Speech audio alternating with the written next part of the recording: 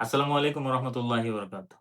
Consular camp এবং e-passport সংক্রান্ত একটি জরুরি নোটিশ দিয়েছে বাংলাদেশ দূতাবাস রিয়াদ। সম্মানিত প্রবাসীদের জানানো যাচ্ছে যে ইদানিং কনসুলার ক্যাম্পে ই-পাসপোর্টের চাহিদা বেড়েই গেছে। বায়োমেট্রিক মেশিন কম থাকার কারণে কিছু অপ্রত্যাশিত সমস্যার সম্মুখীন হয়, যার কারণে সঠিকভাবে সেবা দিতে পারেনি।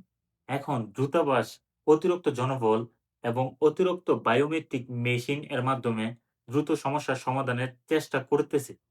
এখন যারা আগে থেকেই আপনারা অনলাইনে আবেদন করেছেন, তাদের বায়োমেট্রিক আগেই নেওয়া হবে।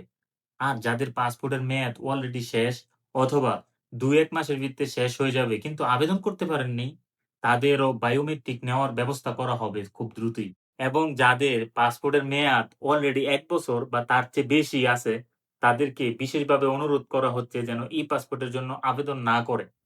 কারণ এই পাসপোর্ট দিয়ে মানে আপনার পুরাতন এমআরপি পাসপোর্ট দিয়ে আপনি নিরাপদে দেশ-বিদেশে ভ্রমণ করতে পারবেন।